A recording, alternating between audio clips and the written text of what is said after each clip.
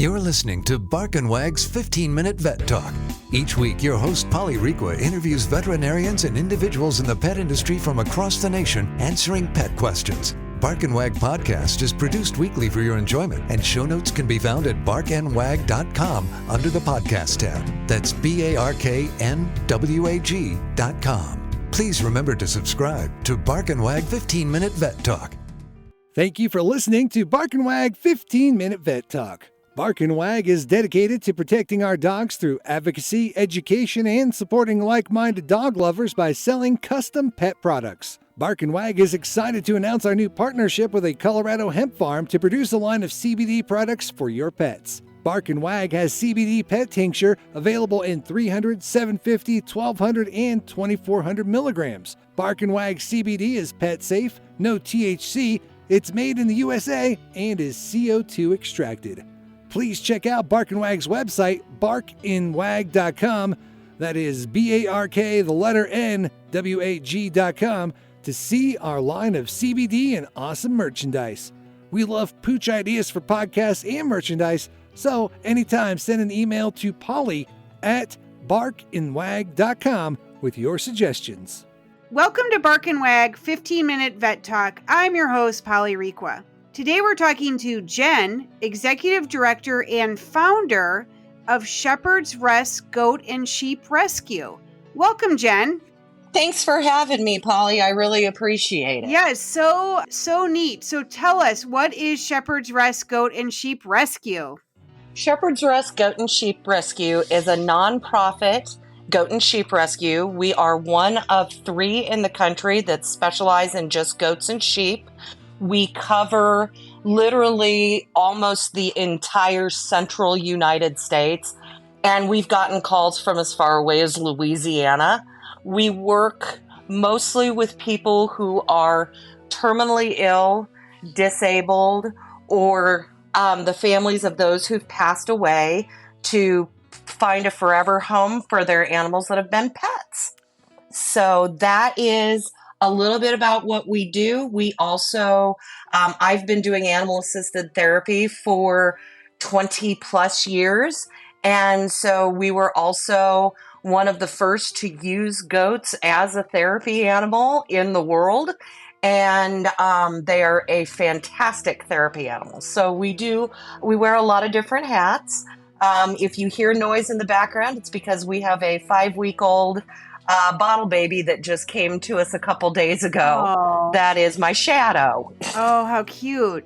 So how did it end up being goats? Like, did you grow up having goats and sheep, or what? Like, it's just kind of interesting. I've heard llamas, but tell how it started. That's a great question. I actually started out doing Great Pyrenees rescue, and we had a neighbor when we lived in an acreage community that had goats. I grew up in the city. So let me be clear. I grew up in Des Moines, Iowa. Okay. So some days this is a surprise to me too. But I've always loved animals. So we had a neighbor who had goats, and one of my Pyrenees was absolutely fascinated with their goats. And she would just cry and cry and cry every time she saw them, because Great Pyrenees are known for being wonderful livestock guardians. And so they sold their herd. Ruby was sad. My daughters and I were sad. They ended up being sad and bought them back, and they had an oops baby. Oh. And the oops baby's name was Oreo. Her mom had gotten bred while she was with the herd that they'd been sold to. And so my daughter at the time was 10. She is now 26. And so they invited her over, and they said, now, if your mom says it's okay, you can have the baby. Oh, wow. And little did I know that this was that little Oreo would be the gateway to me discovering that goats are smart, goats are compassionate, goats are just wonderful, wonderful animals to be around. And I realized as my little herd grew to 8 that if something happened to me, there was nowhere for them to go. There's no resources except to go to a sale barn where, to put it as kindly as I can, they either end up being a taco if they're unfortunate enough to be a boy, or they end up being bred to death if they're a girl. Oh, no.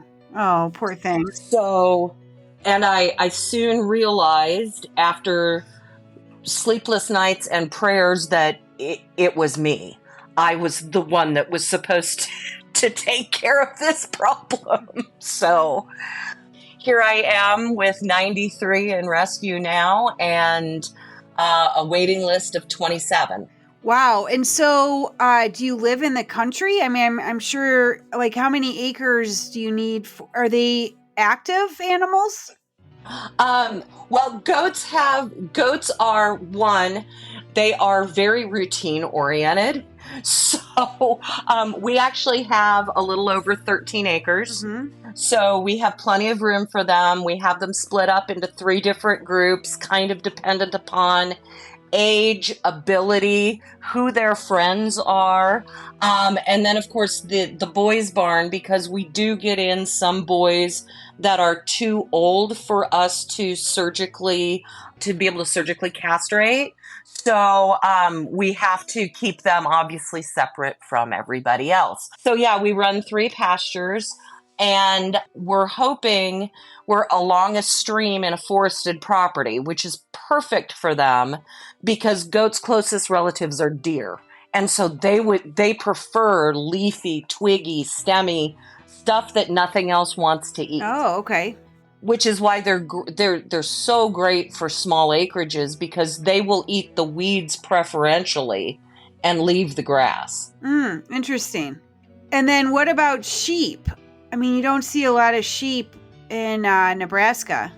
There are more sheep than you would imagine. Again, they are typically a meat product in Nebraska, although there are some that are raised for fiber. So for people who spin, our sheep have come from some really odd circumstances. Literally, 4 of the 8 sheep that we have here came out of cruelty and neglect. 5 of the 8 came out of cruelty and neglect cases. 2 of them were actually actively being sold for animal sacrifice, for religious animal sacrifice. And the owner's wife found out about it, paid him full market value for them, and brought them here to save their lives. Oh my God, how horrible. There's a lot of stories, Polly, and I always hesitate about telling people the things that I've seen because I can't unsee them. And I want this to be a wonderful, positive experience for people so that they understand that these animals are worth saving. They're worth providing sanctuary to. Yes, definitely. Well, thank you for all your work with this issue. I mean, so how many goats can you take on? Like, can you save the 27 that are looking for a home? Right now, we are completely at capacity. Okay. We need to have another barn before we can take on any more. We run 2 barns right now. Everybody goes into a barn at night where they get dinner, and they're, like I said, sorted out by social groups, personalities, special dietary needs, and we have to have another barn to do that.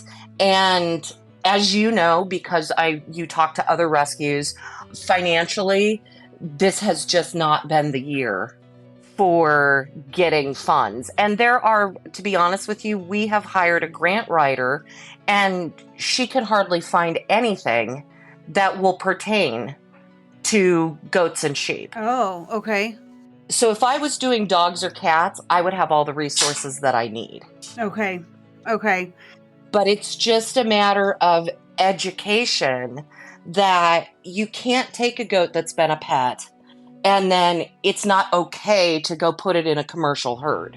because it doesn't understand herd hierarchy, and goats are highly hierarchical. They have a herd queen who basically tells everybody what to do and when to do it.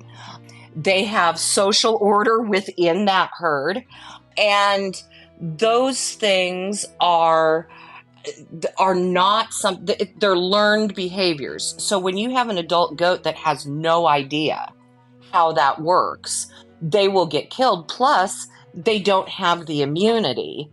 It would be like if you had a child and that child never saw another human being until they were 6 or 7 years old, and you put them in with humans, they get every bug that ever came out.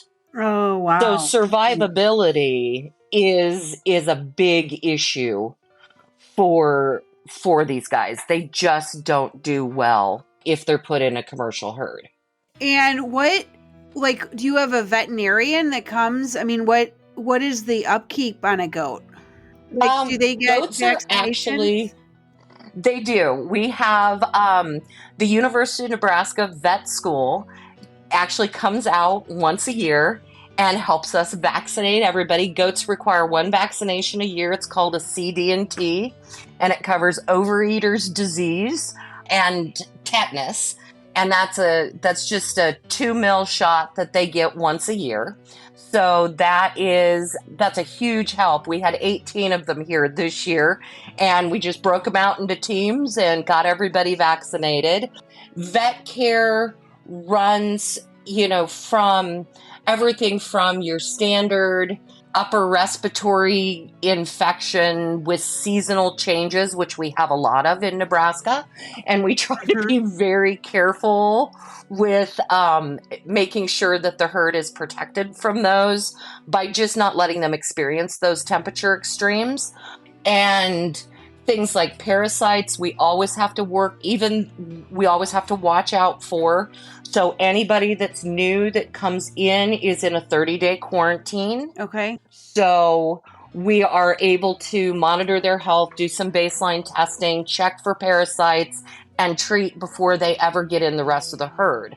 But even so, because we are in the country, there's other animals that are coming through that can bring in parasites. So it's something that we always have to watch for. Much like antibiotics, we do not use wormer on a rotational basis because it does lose its efficacy. So we worm by what's called a Fomantia score, which is actually checking the goat's eyelids, seeing that they are deep red instead of being lighter pink. We also, if we have concerns, we will do what my lovely vet calls a barnyard fecal, which is we just kind of grab a sample of poop from kind of throughout the areas and take that in. And if there is any parasites, then we do go ahead and treat. We have a wonderful vet. We're very fortunate because that's a big problem with goats is there are not vets that treat goats. Yeah. It is a huge problem. And so we are an hour and a half from Kansas State University. And if we have a real emergency, we pack up and go to Kansas State. But my vet is 20 minutes away. He makes farm calls and he is fantastic. Well, this is just super interesting. How do people get a hold of you? So there's a couple ways that you can get a hold of us. You can visit our website, which is shepherdsrestrescue.com. We try to make it easy. Our email is it's shepherdsrestrescue@gmail.com. And I'll put all the information in the show notes, and we certainly will have you back. Thank you. Thank you so much for having me. I love being able to talk to folks about how wonderful goats and sheep are. Thank you for listening to Bark and Wag's 15-Minute Vet Talk. If you like what you just heard, we hope you'll pass along our web address, www.barkandwag.com, to your friends and other pet owners. Have a pressing question for a veterinarian? Ask your question at barkandwag.com under the podcast tab. This has been a KFR production. Join us next time for another edition of Bark and Wag's 15-Minute Vet Talk.